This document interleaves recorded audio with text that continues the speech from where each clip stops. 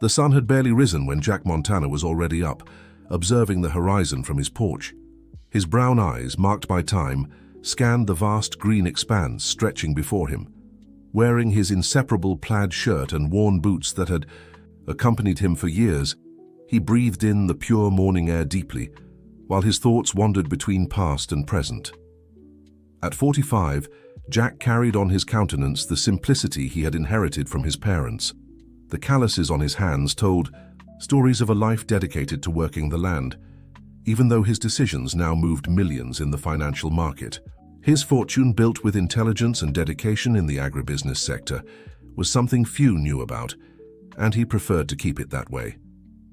On that particular morning, while drinking his black coffee from a simple porcelain mug, his cell phone vibrated with a message. It was an invitation to one of the most prestigious high society events in New York City, the annual ball of the Anderson family, known for their real estate empire. The patriarch, Richard Anderson, was a vain man who made a point of flaunting his wealth in every detail. Another one of these parties, Jack muttered to himself, running his hand through his graying hair.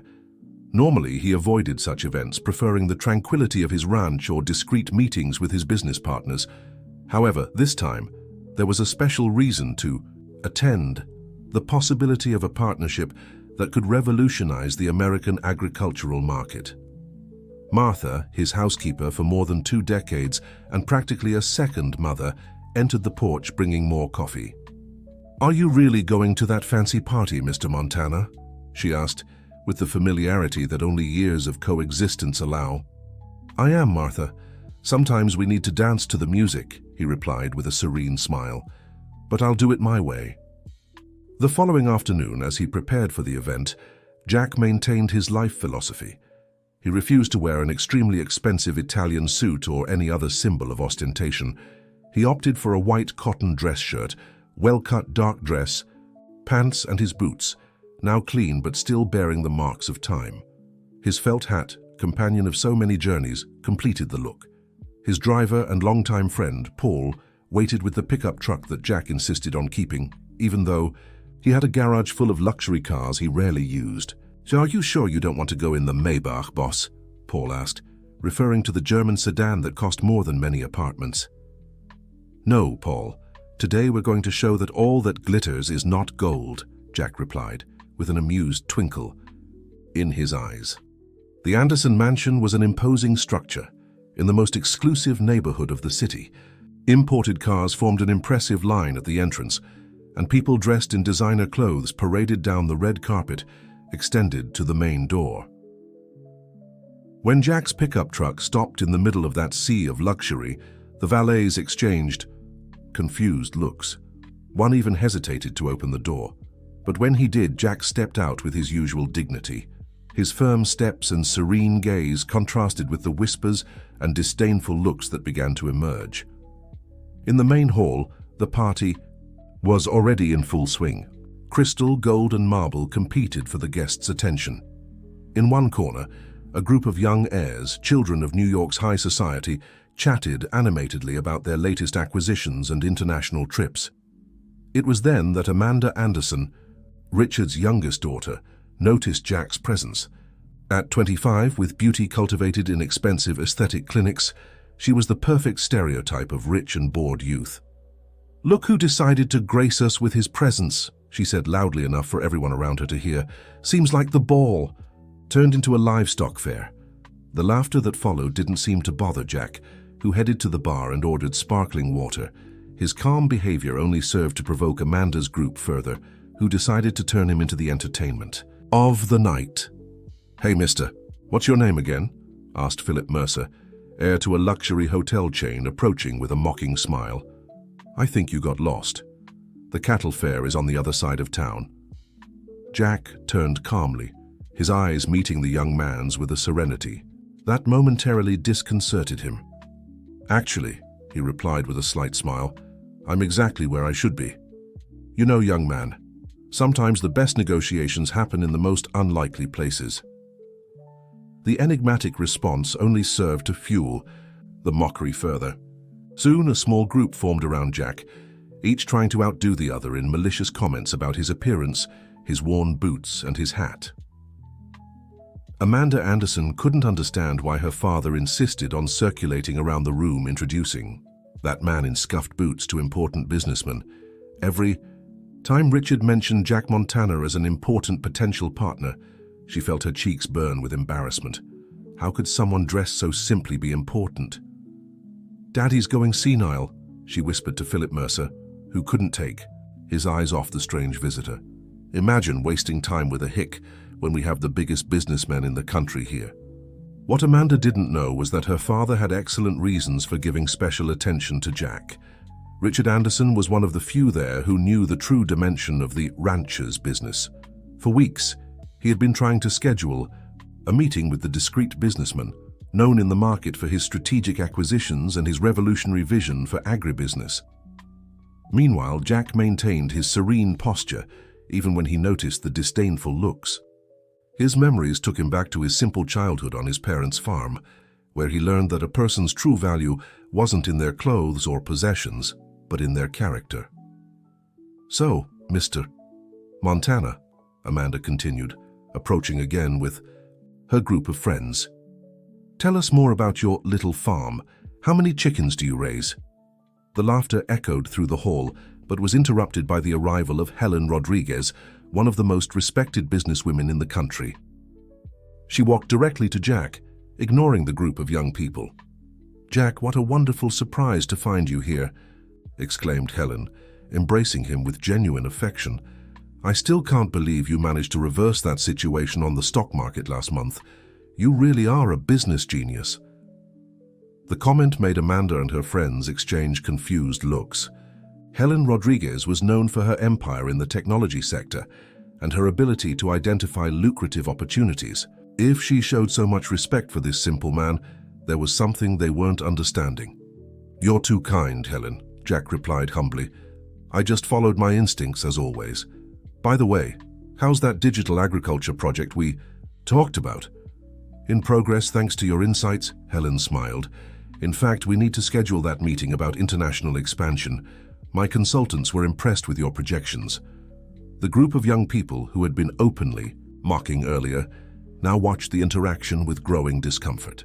Philip, who minutes before had joked about Jack's worn boots, started to sweat as he recognized some names and numbers mentioned in the conversation. In a corner of the hall, Richard Anderson observed the scene with a discreet smile. He knew that his daughter and her friends were about to learn a valuable lesson about judging people by appearances. "Mr. Montana," Philip intervened, now with a visibly more respectful tone. "I couldn't help but overhear about this digital agriculture project. Would it be possible for us to talk a bit about it?" Jack looked at the young man with the same serene gaze as before. "Sure, why not? After all, as you said yourself, I know a thing or two about cattle." His comment carried a subtle irony that didn't go unnoticed by Helen, who tried to disguise a smile. As the night progressed, more influential people approached Jack. Executives from large companies, international investors, and even a well-known TV presenter made a point of greeting him. Each new interaction increased the discomfort of Amanda's group.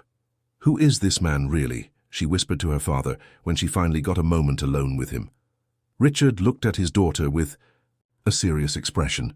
"Someone who never needed expensive clothes or imported cars to prove his worth, dear. While you and your friends spend fortunes trying to look important, he works silently building an empire." In another corner of the hall, Jack was talking to a group of businessmen about the latest trends in the international market. His simplicity contrasted with the expensive suits and luxury watches around him, but his words carried a weight that money couldn't buy. "The secret isn't in how much money you have," he was saying, "but in how you use it to generate real value. My parents taught me that the land doesn't lie. If you plant with care and dedication, it always gives back twofold." The wisdom of his words and the unpretentious way he shared them began to attract more and more attention. Even those who had initially judged him by his appearance were now approaching, trying to better understand his business philosophy. Amanda observed everything from afar, feeling a mixture of shame and fascination. How could she have been so superficial? The laughter and jokes from before now seemed childish and foolish, in the face of the striking presence of this man who, even dressed simply, commanded the respect of everyone there. As the night progressed at the Anderson mansion, a subtle transformation was occurring in the environment. The same businessmen who hours before had been vying for attention with their jewels and designer clothes were now gravitating around the man in scuffed boots and worn hat, eager to hear his words of wisdom about business and life. Amanda, still trying to process the turn of events, watched from afar as Jack Montana conversed naturally with a group of international investors. His fluent English and deep knowledge of the global market completely contradicted the initial image she had constructed. "I don't understand," she murmured to Philip, who seemed equally disconcerted. "How can someone so simple have so much influence?" At that moment, Richard Anderson approached the group with a serious expression. "Maybe it's time for you to learn a valuable lesson," he said, gesturing for the young people to follow him to his private office. Once inside the elegant room, Richard turned on his computer and projected some information onto the screen. "Look at this," he said, showing graphs and numbers that made the young people's eyes widen. "This is just a fragment of the empire that Jack Montana has built over the last 20 years. The figures were impressive. Properties on 3 continents, stakes in cutting-edge technology companies, sustainable agriculture projects that were revolutionizing the market, and an investment network that extended far beyond agribusiness." "But he drives an old pickup truck," Philip protested, still trying to reconcile the image of the simple man with the exorbitant numbers on the screen. Richard smiled. "And that's exactly why he is where he is today, while you spend fortunes trying to look rich. Jack invests in things that really matter. That old pickup truck, as you call it, was the first vehicle he bought with his own money. For him, it's a reminder of where he came from." Back in the hall, Jack was engaged in an animated conversation with Helen Rodriguez and other businessmen about a revolutionary vertical farming project in major urban centers. His eyes sparkled when he talked about how technology could be used to combat hunger and create more sustainable agriculture. "The secret is to never lose connection with your roots," he explained. "Every decision I make in business is based on the values I learned on the farm: honesty, hard work, and respect for the land and people." Amanda, who had returned from her father's office with a new perspective, timidly approached the group. For the first time that night, she really looked at Jack, not at his clothes or his simple appearance, but at the man behind them. "Mr. Montana," she began, with a trembling voice. "I'd like to apologize for my earlier behavior." Jack looked at her with that same serenity that characterized him. "There's no need for apologies, young lady. Sometimes we need a reminder that true wealth isn't in what we wear or own, but in what we build and the impact we have on others' lives." The party continued, but something had fundamentally changed in the atmosphere. The artificial laughter and superficial conversations gave way to deeper and more meaningful dialogues. Even the young people who had previously mocked Jack now observed him with a mixture of respect and curiosity. In a quieter moment, Helen approached Jack with a knowing smile. "You always manage to turn any situation into a life lesson, don't you?" "Life is our best teacher, Helen," he replied, adjusting his hat, "but I confess that tonight is being especially interesting." The mansion's clock was almost striking midnight when Jack began to prepare to leave. Some of those present, especially the young people who had earlier belittled him, seemed anxious to prolong his presence, asking questions about his journey and seeking advice. "How did you manage to build all this while maintaining your essence?" Philip asked, now genuinely interested. "By keeping my feet on the ground, literally," Jack replied with a serene smile. "Every morning I still wake up before sunrise to walk the land. It reminds me where I came from and keeps me connected to what really matters." Richard Anderson observed the scene with satisfaction. His plan to provide a valuable lesson to the young people had worked better than expected. Jack Montana's presence at his party had transformed what would have been just another superficial social event into a night of profound learning about values, humility, and true success. The night was coming to an end at the Anderson mansion. The star-studded sky served as a silent witness to what was about to happen. Jack Montana was saying goodbye to those present with the same simplicity and politeness he had shown throughout the party. "Mr. Montana, at least let me call my driver to take you," Richard Anderson insisted, maintaining a discreet smile on sight. His lips. "That won't be necessary, my friend," Jack replied, adjusting his hat. "I've already arranged my transportation." Amanda, Philip, and other young people from the party, now completely fascinated by the mysterious businessman, decided to accompany him to the exit. They hoped to see where he had parked his famous old pickup truck, perhaps in the hope of a few more. Words of wisdom. "Are you sure you don't want a ride?" Philip offered, trying to show a kindness that didn't exist hours before. "My driver can take you wherever you want." Jack smiled, that same serene smile that had disconcerted so many people. During the night, "I appreciate the offer, young man, but I need to make a stop in New York before heading back to the ranch. I have an important meeting early tomorrow." The group followed Jack through the mansion's gardens, passing the area where the guests' imported cars were parked. To everyone's surprise, he didn't stop at any of the vehicles. He continued walking towards a more secluded area of the property, where the Andersons maintained an open field that occasionally served as a helipad. "But where is he going?"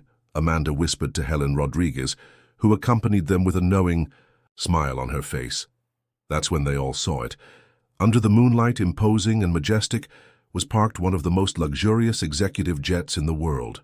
On the side of the aircraft, in discreet but elegant letters, was written, "Montana Agribusiness and Investments." The silence that followed was deafening. The young people who hours before had mocked Jack's worn boots were now open-mouthed, their pale faces contrasting with the night. Is that your jet?" Philip stammered, his voice barely coming out. "It's just a means of transportation," Jack replied naturally, as if he were talking about his old pickup truck. "When you have meetings on different continents in the same week, sometimes you need something more practical than a tractor." The crew, dressed in impeccable uniforms, was already waiting at the foot of the stairs. The captain approached respectfully. "Good evening, Mr. Montana. Everything is ready for our takeoff." Helen couldn't contain a laugh at the stunned expressions of the young people. "Did you really think one of the world's largest agribusiness entrepreneurs would come to the party by bus?" Amanda stepped forward, her hands trembling slightly. "Mr. Montana, we feel so ashamed. You've given us a lesson we'll never forget." Jack stopped on the first step of the stairs and turned to the group. "Don't be ashamed of learning. Be ashamed only when you repeat the same mistake. True wealth isn't in the goods we possess, but in the character we build and the lives we touch." With a final wave, he climbed the stairs. The jet's engines began to function, their soft roar echoing through the night. The aircraft's lights turned on, illuminating the still perplexed faces of the young people watching. "You know," said Richard Anderson, who had joined the group, "Jack Montana could buy and sell most of the fortunes present at this party, but he chooses to keep his worn boots and old hat because he understands that a person's true value isn't in what they wear, but in who they are." The jet began to taxi smoothly, its lights shining against the night sky. Amanda, Philip, and the other young people remained motionless, watching as the aircraft gained speed and, in a few moments, took off gracefully, disappearing among the stars. "One last thing," Helen added, turning to the young people before retiring. "That old pickup truck you criticize so much, he keeps it to never forget where he came from and the empire he built. He keeps it to remind everyone where it's possible to reach when you have humility, dedication, and respect for others." Dear listeners, Jack Montana's story shows us that appearances often deceive and that true greatness lies in the character and values we carry. If this narrative touched your heart and made you reflect on your own judgments, don't forget to subscribe to our channel for more inspiring stories like this one. Leave a like if you too believe that humility is the greatest treasure we can cultivate. In the comments, tell us, what was the biggest lesson you learned from Jack? Which city are you watching us from? We have a special playlist with equally moving stories waiting for you. Just click on the link to the left. Every day we bring unique narratives that explore the complexity of life and help us grow as human beings. Don't miss our upcoming content. After all, As Jack taught us, true wealth lies in the lessons we share and the lives we touch.